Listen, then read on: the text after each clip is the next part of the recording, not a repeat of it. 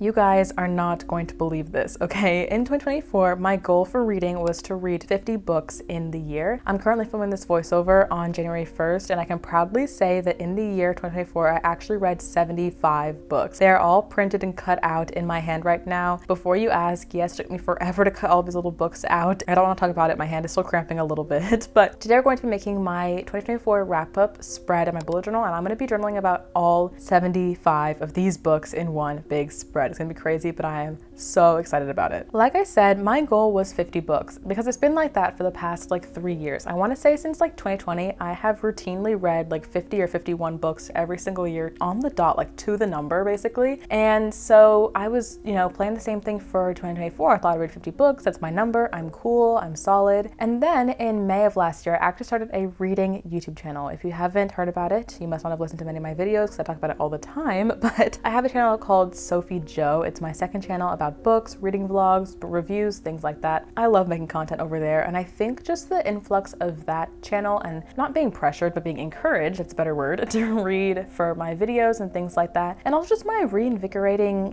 sense of wanting to pick up books 24/7 recently has just encouraged me to get to 75 this year, which is super crazy. Now, I don't want to say this to flex. I'm not trying to compare myself to other people. If you only read 1 or maybe 0 books last year, totally cool, okay? Reading is such a fun hobby, but if you don't like it, that's totally okay. You don't have to be like, oh, I didn't read as many books. It's not a big deal. If you read 300 books last year as well, because I know there's some people out there who read crazy amounts of books and they're just so impressive. I'm not that cool, okay? But I think that I read the perfect amount for me, and I'm really, really happy with my progress last year. Now, a lot of the books I read were very short novellas, okay? But I did read some pretty chunky boys too, and I'll be listing all of the books that I read last year in ranking order.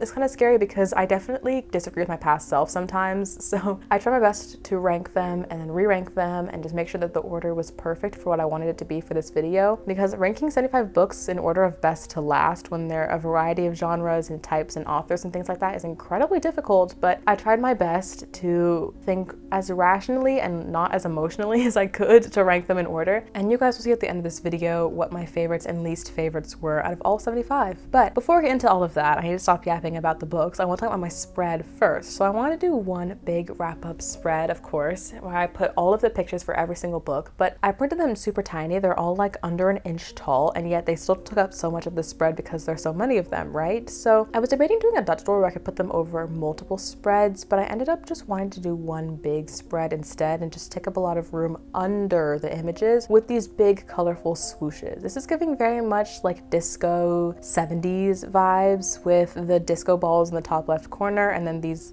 very colorful swooshes that I will eventually color in with marker. This is all just water-based marker, a couple Tombow dough brush pens, a couple Crayola super tips, things like that. And so they are going to be very streaky, but I don't really mind because a lot of this is going to be covered up by the journal covers in just a few minutes. At the very top, I have my big title that says 2024 in books, and on the bottom left, I have my yearly statistics box where I'm going to be putting all of my stats for my number of pages, new authors, average rating, things like that. As far as the disco balls go, I had never drawn disco balls in my life before, so they're not very accurate. I used 4 different colors, a yellow, a blue, and 2 different shades of pink to just draw different squares in these circle motions. If you blur your eyes, I think they look like disco balls, but if you look really closely, I don't think that the patterns are very consistent as far as where the highlights versus shadows would be on a disco ball. I did use a reference picture here that someone else had drawn before, so it wasn't really an accurate picture of a disco ball, it was just a drawing of another drawing, but I did my best. I think it looks pretty decent and very, very colorful. I think honestly the spread itself is super light and cool because of all the colors everywhere. So even though the disco balls aren't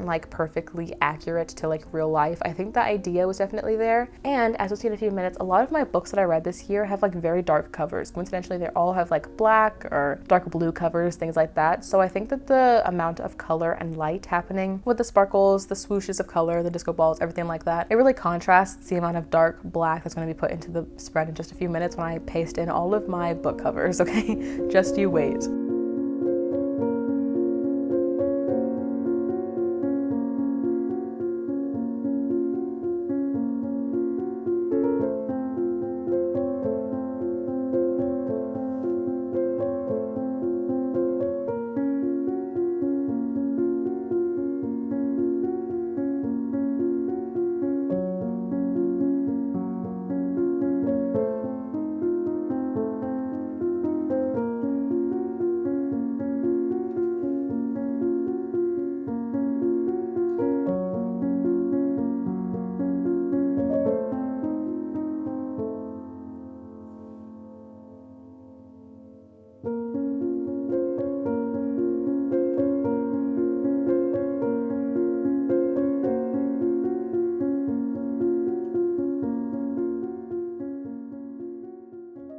All right, so now the base of the spread is done and it's time to move on to gluing all of these book covers on. Now, one thing that I did that I'm so thankful to my past self is I actually printed all of these book covers on sticker paper. So although it did take me forever to cut out each of these individual book covers, all I have to do is peel off the back and they are already sticky to put into my journal. I don't have to worry about pasting or taping or anything, it's already ready for me. But what did take forever was trying to organize all of these in order. So the night before I actually planned out where the books were gonna go, so I knew that they would all fit in this spread, but I had never put them in order yet. I had a list of them in order on my computer, but they were not obviously done here. So it did take me like 20 minutes to put them all in the correct order from best to worst. As you can see on the very left, those are my best. It starts with Manacled below the last disco ball and it goes down. So we have Manacled, Saving Six, because I read that book twice last year. Then we have When the Moon Hatched, Redeeming Six, and that's the end of that column. Then you go to the top of the next column where you have Binding 13, Queen of Shadows, Heir of Fire, etc. And it just goes down from there. So basically it goes down every column from left to right, and that is the order of the ranking. And honestly, as I'm moving towards the right, there are so many books on the second spread that I still loved. Like, I had quite a few books this year that I really did not like. I had like 2 1-stars, a couple DNFs, things like that. But honestly, everything up until like maybe the last 2 lines, I would really recommend. Even if a book is very far to the right, and so it technically would be like on my lower half of the ranking, that doesn't mean it was a bad book at all. It just means that there are a lot of better books that I read this year because I read quite a few amazing books this year. I think almost the first 2 columns on the left were all 5-star reads. A couple of them were rereads, so I was expecting them to be 5 stars. Like for example, I read 2 Throne of Glass books this year, the Queen of Shadows and Heir of Fire books. Those were rereads and would be higher in my ranking if they weren't rereads, but I wanted to make room for new books to me to be on the very, very left column. That way it wouldn't be like favorited towards my favorite series of all time. I want to be fair, okay? But yeah, so all that to say, there are a lot of books in here and that you may recognize, a lot of popular books that you may have liked or have read in the past. You're like, why are they so far to the right? It's truly just because I read so many fantastic books that, to be honest, everything almost on this spread was really, really good, really, really enjoyable. And honestly, also, I have a lot of reading vlogs for these books too. So like I said, if you want to see more book content from me, I have my channel, Sophie Jo, and a lot of these books I read in vlogs over there. So I would definitely go check it out if you want to see me reacting to some of these books live, or if you want to hear my thoughts about each book that I read, at least after June. I should have reading wrap-ups for all of those months in the second half of the year. Like I said, I did have a couple of 1-star books that I did not like. The ones at the very bottom are Haunting Adeline, Obsession, Broken Rivalry. Those books are all like either DNFs or just books that I really, really hated. So not everything this year was like perfect and, you know, amazing, amazing reads, but there were quite a few favorites like I mentioned, and I also did a lot of rereads like I mentioned. So I reread Throne of Glass books, just 2 of them from the series. I also reread Clockwork Angel, Clockwork Prince. Saving Six is on here twice because it is my second favorite book of the year, but I read it twice in 1 year. If that doesn't tell you how much I loved it, I don't know what else would.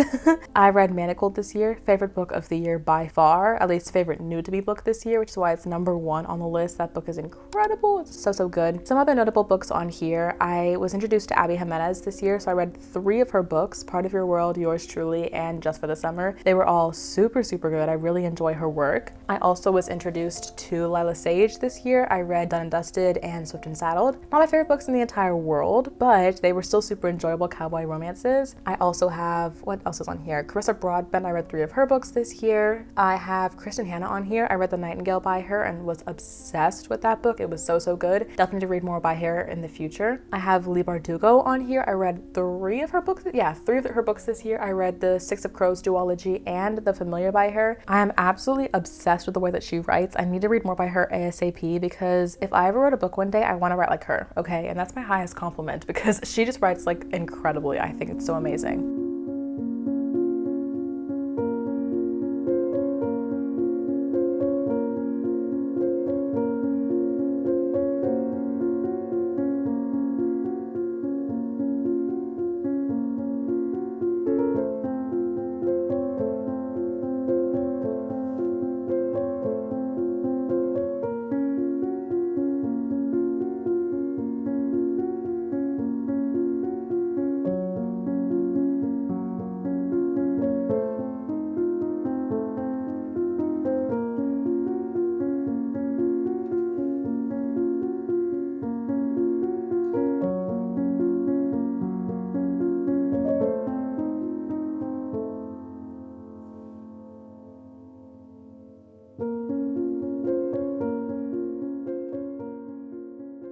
All the stats on the left are all of my favorite authors, among other things like my page count, which is around 31,000 pages. My average page length was about 415 pages, so quite a few long books this year if that's the average number of pages that I read. I also have the average time it took me to finish a book, which was about 6 days. The shortest book that I read this year was The Six Deaths of the Saint, which I gave 5 stars. It was about 31 pages. Incredible work to make a book that short and be so memorable and so good. And the longest book I read this year is probably Redeeming Six, which is around 1,000 pages, followed shortly by Manacled, which was also 1,000 pages. So a lot of stats, but I like to look back and see just the statistics of the year. It's a good way to remember like what happened during the year. One thing I actually forgot to do was fill in my average rating. I drew the stars, but I never actually colored them in. So my average rating was a 3.7, which is pretty good, I think, because I give most of my books 3 to 4 stars. So it's a good in-between rating. So here I am filling it out after I finish the video. But yeah, with that being said, this is the final spread. I really hope you enjoyed it. Again, if you want to hear more book content from me, I have my other channel linked down below. And if you want to see more bullet journal videos from me, I post new videos on this channel every single Saturday. So definitely subscribe so you don't miss my next video, which is going to be a super fun planning video. Thank you so much for being here. I really appreciate you. I hope you love the spread, and I will see you guys next week for a new video.